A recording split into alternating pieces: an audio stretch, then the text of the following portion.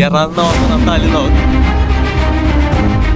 मला अंदाजे आता हा आपला रांजणगिरीचा बांधर आहे. यासमोर आपल्याला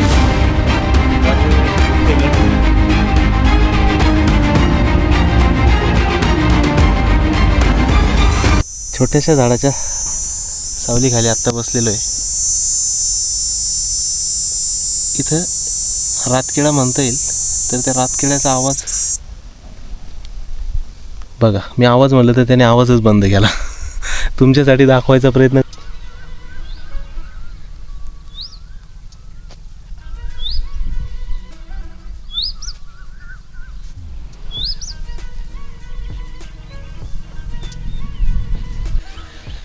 राम राम मंडळी, दख्खन दौलतीच्या आणखी एका सुंदर भटकंतीमध्ये तुमचं पुन्हा एकदा स्वागत. आज आपण आलेलो आहोत नाशिक जवळच्या रांजणगिरी या किल्ल्यावर. सकाळची वेळ आहे, सुंदर असं वातावरण. या डोंगराच्या सोंडेने आपण रांजणगिरीच्या किल्ल्यावर जाणार आहोत. आणि हा आपला या बाजूला जो दिसतोय तो डांग्या सोळका.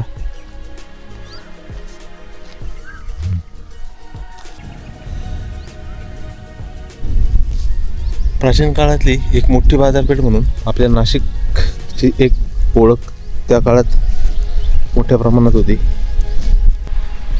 डहाणू बंदरात उतरलेला माल हा जव्हार मार्गे नाशिक भागात येत असे.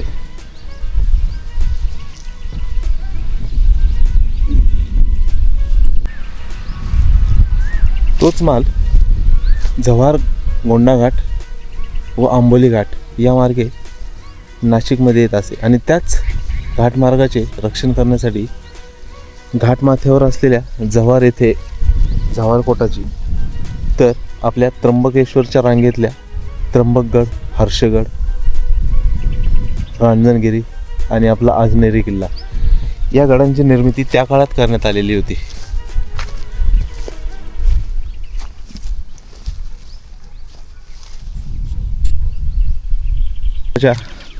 नाशिक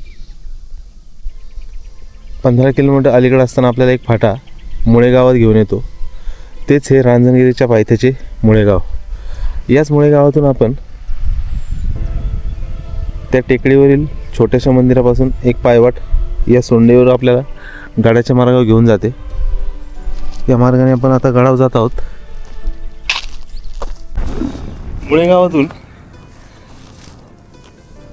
ह्या डोंगराची सोंड पूर्ण चढत येऊन आपण आता या मधल्या पट्ट्यात आलेलो आहोत. या ठिकाणून आपल्याला हा समोर आपला रांजणगिरीचा किल्ला आणि हे रांजणगिरी सोळक्याचं सोळका, त्याच्या गावाहून किल्ल्याला रांजणगिरी हे नाव पडले.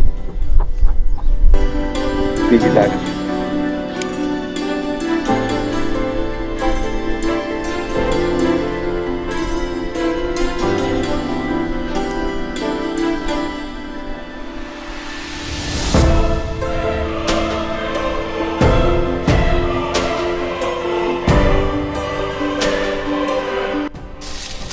हे सोन उतरून आपण आता या करवंदीच्या जाळीतून पुढे जाऊयात.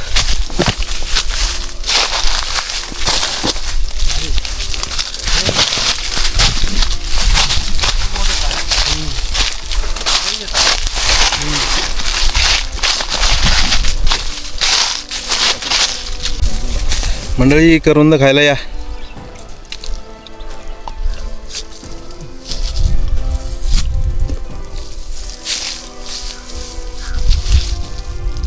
करवंदाच्या जाळीव सगळे तुटून पडलेत आता.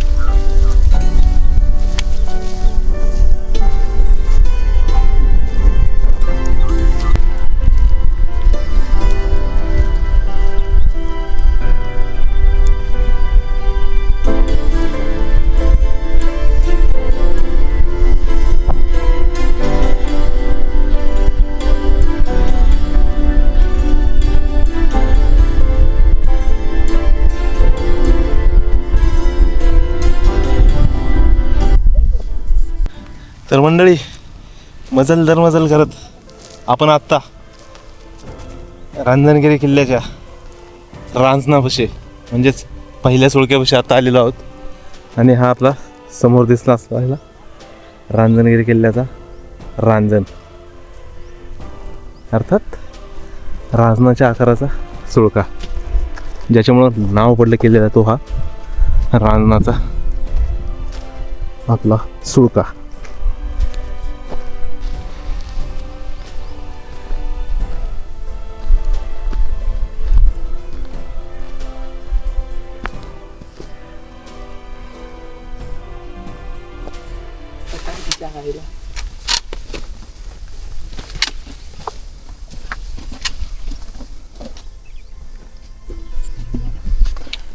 रांजणाच्या डोंगराच्या कडेकडेने आपण आता वरगाडाकडे जात आहोत.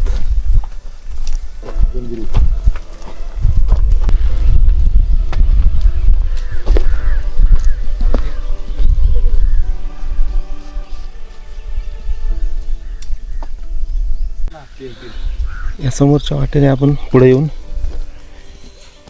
या ठिकाणी थोडंसं या कातळाला पूर्ण अंग लावत लावत वर चढाई करत रांजणगिरीच्या या रांजणावर पोचू शकतोय. ही थोडीशी येणारी वाट थोडी घसरडी असल्यामुळं काळजीपूर्वक यावं लागेल.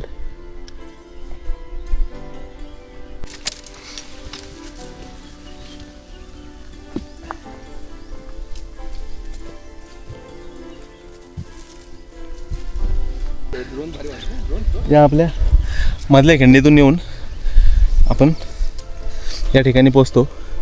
या बाजूला आपला रांजणगिरीचा रांजण आणि ही मुख्य गडाकडे जाणारी वाट.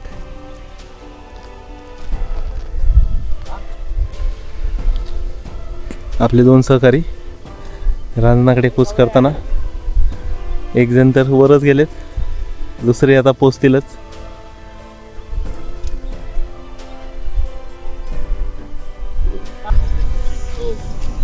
रांजणगिरीच्या या रांजणावर आपण आता आलेलो आहोत.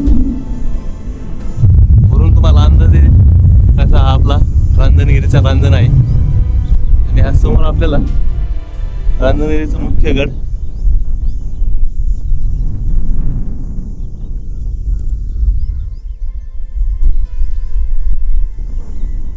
बाय दिसताय का पण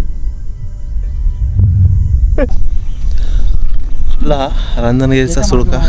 आता उतरून आपण या बाजूने खालच्या अशा ह्या वाटेने मधल्या खिंडीत जाऊन समोरच्या गडावर जाऊयात.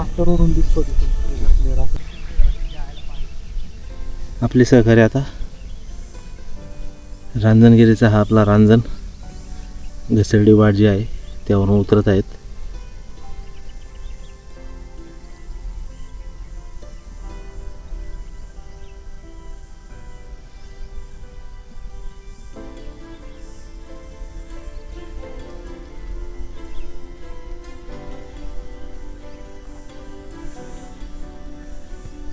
निखिलराव निवांत आलेत.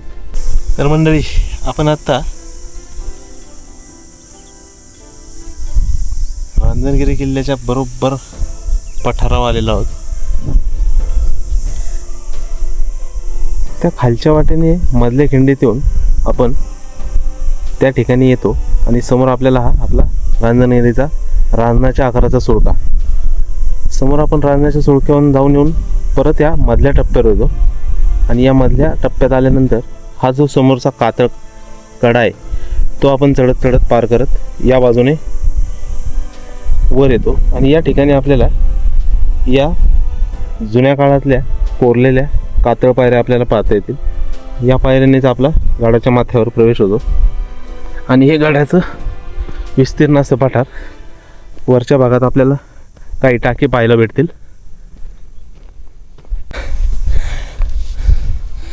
तर वर पोचल्यानंतर आपल्याला या ठिकाणी हा तलाव पाहता येईल. सध्या बुजला असल्यामुळे माती आहे सगळी, त्यात पाणी कुठं दिसत नाही आपल्याला.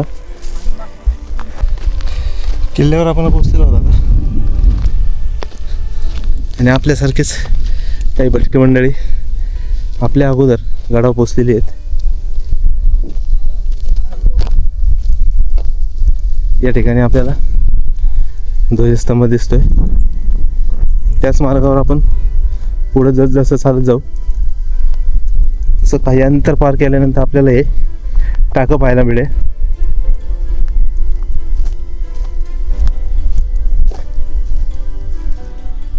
असं खोल आहे,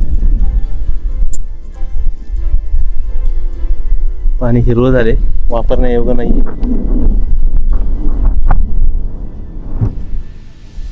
गडावरच्या वास्तुरचनेचा एक सुंदर आविष्कार. पाण्याचं टाकं आयताकृती आहे आणि बरंच आकारानं मोठं आहे. आपण आता किल्ले रांजणगिरीच्या बरोबर सर्वोच्च अशा माथ्यावर आहोत.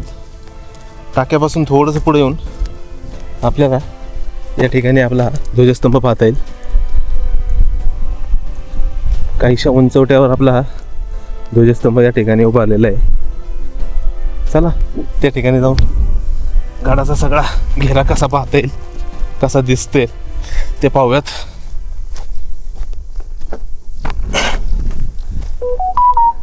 आणि हा आपला प्राणप्रिय असा भगवा.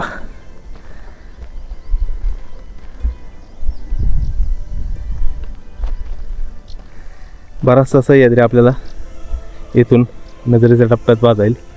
आणि समोर आपल्याला ही घार दिसते.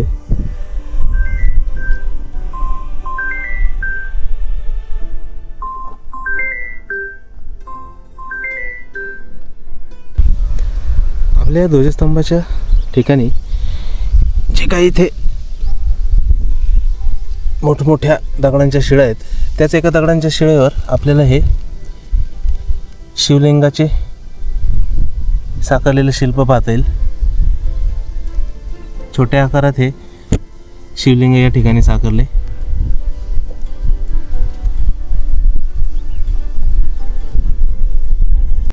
रांजणगिरीच्या या ध्वजकाठीपासून या ठिकाणी ही रांग काही अंशी तुटलेली आहे आणि परत खाली उतरून आपल्याला पुढच्या पठारावर जोडते. तर त्या पुढील पठारावर आपण आता जाऊयात. त्या पठारावर आणखी काय पाहता येईल ते बघूयात. गडाच्या मुख्य अशा पहिल्या पठारापासून वेगळे झालेल्या दुसऱ्या पठारावर आपण आत्ता आलेलो आहोत. आणि त्याच पठारावर थोडंसं चालत गेल्यानंतर काही अंतरावर आपल्याला या ठिकाणी आपलं गडावरचं हे दुसऱ्या क्रमांकाचं पाण्याचं टाकं पाहता येईल. या पाण्याच्या टाक्यात पाणी आहे का आपल्याला पाहता येईल. आता बघूयात पाणी दिसतंय का त्यात. हे पूर्णपणे कोरडं पडलेलं टाकं आहे.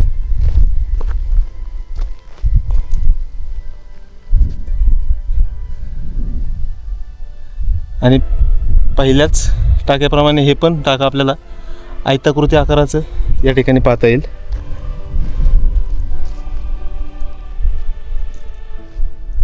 चला पुढे काय आहे का अजून बघूयात.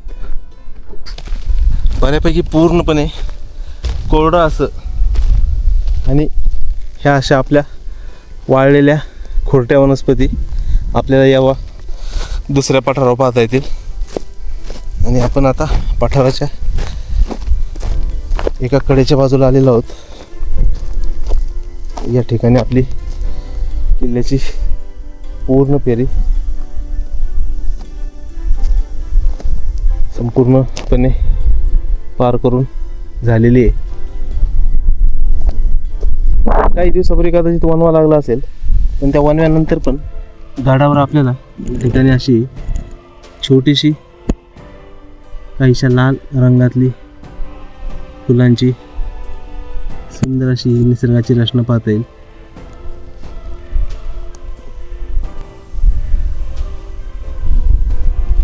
ज्याच्या नावावरून म्हणजे ज्याच्या आकारावरून गडाला नाव पडलं तो आपण पाहिलेला रानासारखा पहिला सुळका, ते एक गडाचे मुख्य वैशिष्ट्य आणि एक मुख्य अवशेष आपण म्हणू शकतो.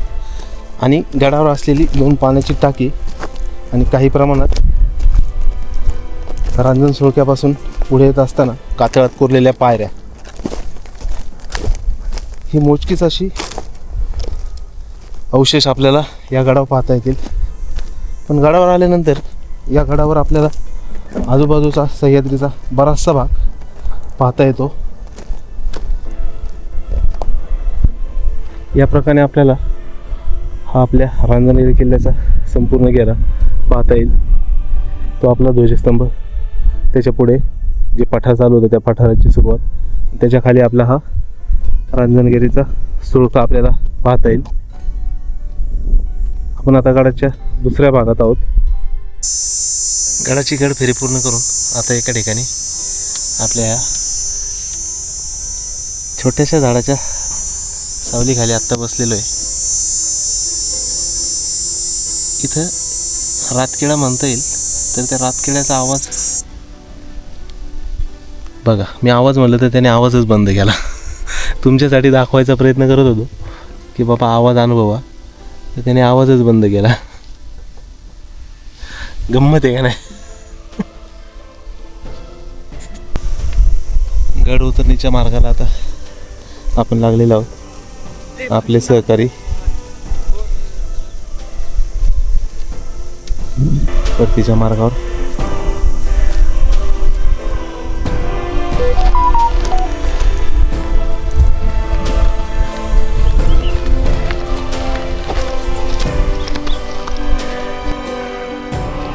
चला तर मंडळी,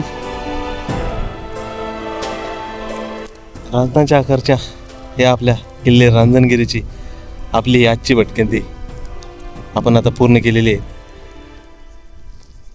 आपला हा रांजणगिरीचा या भटकंतीचा पूर्ण व्हिडिओ शेवटपर्यंत नक्की पहा आणि आपल्या चॅनलला एकदा सबस्क्राईब करून पहा.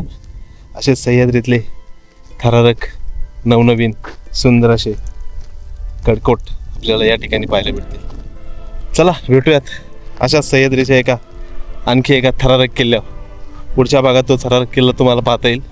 तेव्हा बघत राहा आपला दख्खन दौलत. जय महाराष्ट्र.